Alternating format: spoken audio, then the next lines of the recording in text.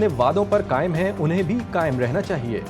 ایران کے خلاف دشمنوں کے اقدامات ظالمانہ ہیں۔ ایرانی صدر مسعود پزشکیان کی میڈیا سے گفتگو کہا، ہم نے ہمیشہ جنگ سے بچنے اور امن قائم کرنے کی کوشش کی، ظلم کو کبھی برداشت نہیں کریں گے۔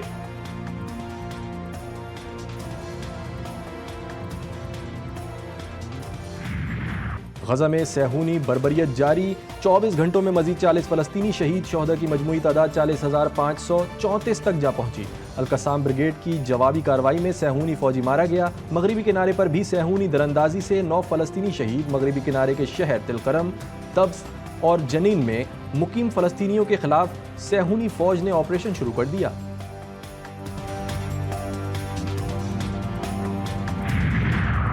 حزب اللہ کی صہیونی حکومت کے خلاف ایک اور کامیاب کارروائی۔ حزب اللہ کے میزائل حملے میں تال شمائم نامی صہیونی جاسوسی غبارہ تباہی کے بعد ریڈار بیس سسٹم اور اس کا کنٹرول سینٹر تقریباً ناکارہ ہو گیا۔ صہیونی اخبار کے مطابق حزب اللہ کی یہ کامیابی 7 اکتوبر کو حماس کی فتح کے برابر ہے۔ جدید انٹیلیجنس غبارہ گرنے سے اسرائیل کی تکنیکی اور انٹیلیجنس برتری ختم ہو گئی۔ اسرائیل کی سلامتی کو ناقابل تلافی نقصان پہنچا ہے۔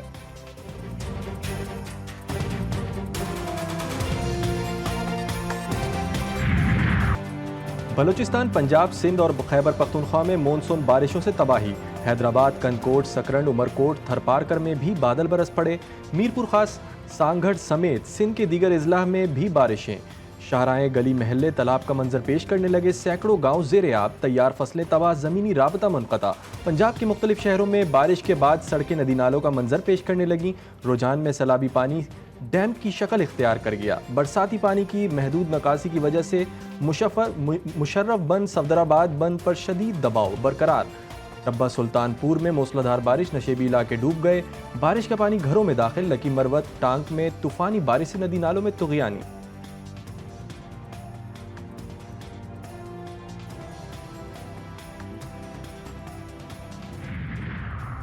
بلوچستان میں مونسون بارشوں کے دوران مختلف واقعات میں جاں بحق افراد کی تعداد 24 ہو گئی۔ 13 افراد زخمی۔ 1 جولائی سے اب تک 93,908 افراد متاثر۔ طوفانی بارشوں کے دوران 512 مکانات منہدم، 12,000 سے زائد مکانات کو جزوی نقصان پہنچا۔ 58,680 ایکڑ پر فصلیں اور 41 کلومیٹر سڑکیں متاثر۔ 7 پلوں کو بھی نقصان پہنچا۔ 343 مویشی ہلاک۔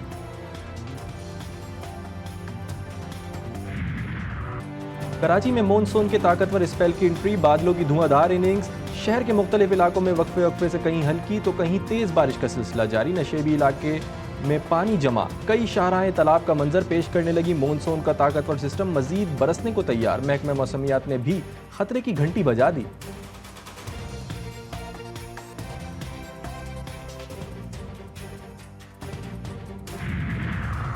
وزیر اعظم شہباز شریف وفاقی وزراء کے ہمراہ آج ایک روزہ دورے پر کوئٹہ پہنچیں گے۔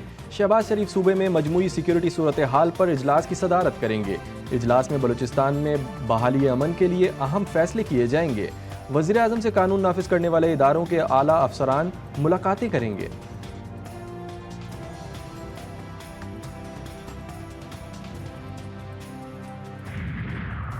بلوچستان میں امن و امان کی بگڑتی صورتحال، کوئٹہ سے تعلق رکھنے والے معظم جاں انصاری آئی جی پولیس بلوچستان تعینات۔ آئی جی پولیس بلوچستان عبدالخالق شیخ کو اسٹیبلشمنٹ ڈویژن رپورٹ کرنے کی ہدایت۔ معظم جاں انصاری خیبر پختونخوا میں بھی آئی جی کے عہدے پر فائز رہ چکے ہیں۔ صدر مملکت آصف علی زرداری کا معظم جاں انصاری کے لیے نیک خواہشات کا اظہار۔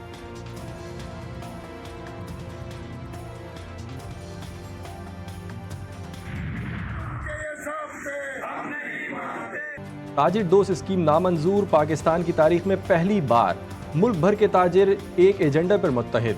کراچی سے خیبر تک کاروباری مراکز بند، بولٹن مارکیٹ، کپڑا market, grocery wholesale markets, medicine market, Light House Saddar کی تمام مارکیٹس، بابر مارکیٹ، کلفٹن کی تمام مارکیٹ سمیت لیاقت آباد اور نیو کراچی کے تاجر بھی سراپا احتجاج۔ جماعت اسلامی اور جے یو آئی سمیت مختلف سیاسی جماعتوں کی جانب سے ہڑتال کی حمایت کی گئی۔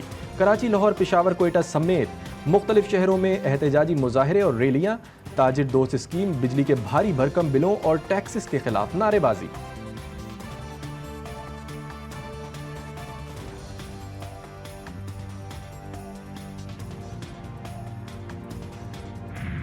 میں نہیں سمجھتا کہ یہ 100% جو ہڑتال ہے سکسیسفل رہی۔ یہ ایک علامتی ہڑتال ضرور ہے اور پروٹیسٹ بھی کچھ طبقات نے کیا، مگر بہت سارے لوگ ہیں جو روزگار کمانا چاہتے ہیں اور وہ اپنے معاش کی تلاش میں نکلتے ہیں۔ وفاقی وزیر اطلاعات عطا تارڑ نے ہڑتال کو ناکام قرار دے دیا۔ جی ٹی وی نیوز کے پروگرام جی فور غریدہ میں گفتگو کرتے ہوئے بولے، آج کی ہڑتال کامیاب نہیں ہوئی، سیاسی مقاصد کے لیے پاکستان کے خلاف خواہشات رکھی گئیں۔ موڈیز کی ریٹنگ کا پوری دنیا میں ایک مقام ہے، موڈیز نے پاکستان کی ریٹنگ کو بہتر کیا ہے۔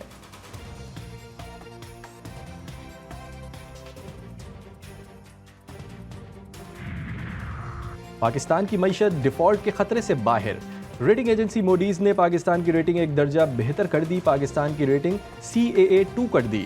موڈیز کے مطابق پاکستان کی میکرو اکنامک صورتحال میں بہتری آئی ہے، پاکستانی معیشت کا منظرنامہ مثبت ہے، پاکستان کا ڈیفالٹ ہونے کا خطرہ کم ہو گیا۔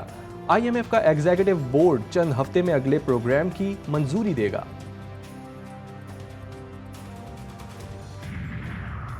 حکومت اور یوٹیلیٹی اسٹورز کارپوریشن کے مذاکرات کامیاب، یوٹیلیٹی اسٹورز کو مکمل بند کیا جائے گا، نہ ہی کسی ملازم کو فارغ کیا جائے گا۔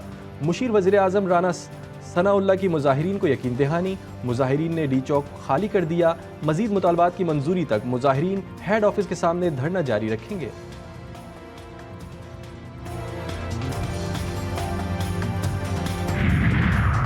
میں خود قید ہوں، باقی رہنما بھی ڈر چھوڑیں، باہر نکلیں اور گرفتاریاں دیں۔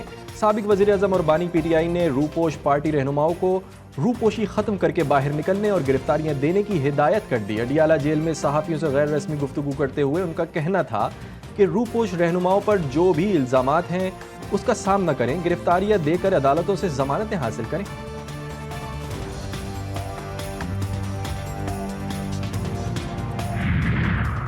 میاں نواز شریف کا ستمبر کے دوسرے ہفتے لندن جانے کا امکان، ذرائع نون لیگ کے مطابق سابق وزیر اعظم 11 ستمبر کو لندن میں اپنا چیک اپ کروائیں گے۔ صدر مسلم لیگ نون کا لندن میں کچھ اہم سیاسی ملاقاتوں کا بھی امکان ہے۔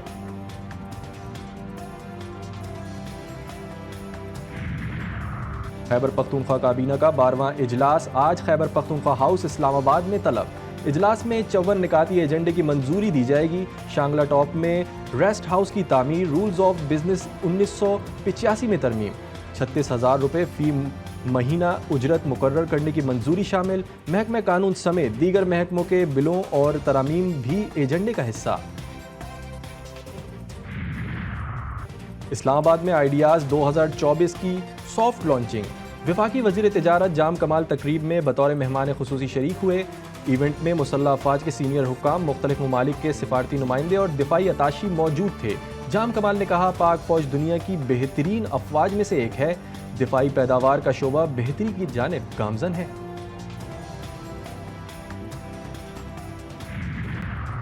کراچی میں کارساز حادثے کی ملزمہ نتاشا کی میڈیکل رپورٹ میں منشیات کے استعمال کا انکشاف، پیشاب کے نمونوں میں آئس کی موجودگی پائی گئی۔ ملزمہ کے خون میں کوئی نشہ آور چیز نہیں ملی، نفسیاتی عارضے کے لیے استعمال دواؤں کے آثار نہیں ملے، ملزمہ کی میڈیکل رپورٹ سیل۔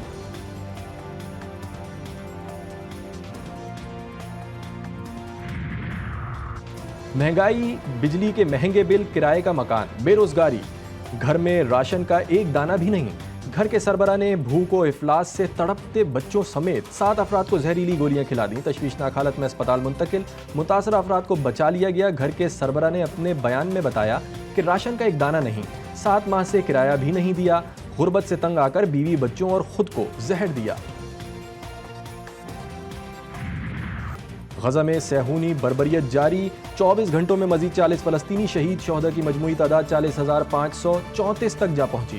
القصام بریگیڈ کی جوابی کارروائی میں صہیونی فوجی مارا گیا۔ مغربی کنارے پر بھی صہیونی دراندازی سے 9 فلسطینی شہید۔ مغربی کنارے کے شہر تل کرم، طبس اور جنین میں مقیم فلسطینیوں کے خلاف صہیونی فوج نے آپریشن شروع کر دیا۔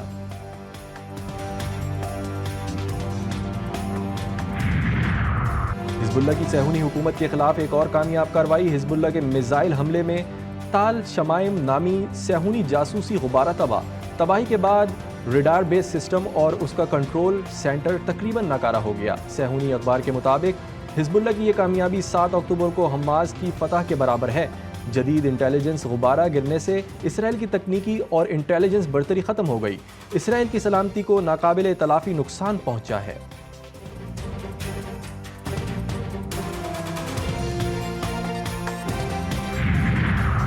امریکہ ایک مرتبہ پھر اسرائیل کی حمایت میں کھل کر سامنے آ گیا۔ قومی سلامتی کونسل کے ترجمان جان کربی کہتے ہیں ایران کے اسرائیل پر حملے کی دھمکی کو سنجیدگی سے لے رہے ہیں۔ فی الوقت ہم اچھی پوزیشن میں ہیں۔ ایران کے لیے ہمارا پیغام ہے کہ اسرائیل پر حملہ نہ کرے، اس سے علاقائی جنگ شروع ہو سکتی ہے۔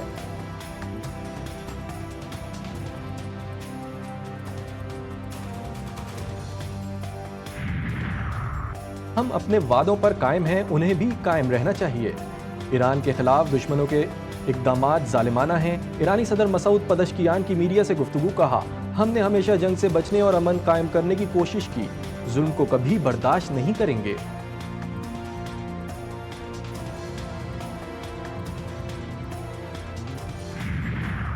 آئی سی سی نے نئی رینکنگ جاری کر دی۔ بابر اعظم ٹیسٹ رینکنگ میں تنزلی کے بعد 9ویں نمبر پر۔ ٹیسٹ رینکنگ میں ٹیم آسٹریلیا کا پہلا نمبر، ون ڈے اور T20 رینکنگ میں بھارتی ٹیم کا راج، ٹیسٹ میں پاکستان کا 6واں نمبر، ون ڈے میں 4تھی پوزیشن، T20 میں پاکستان 7ویں نمبر پر موجود۔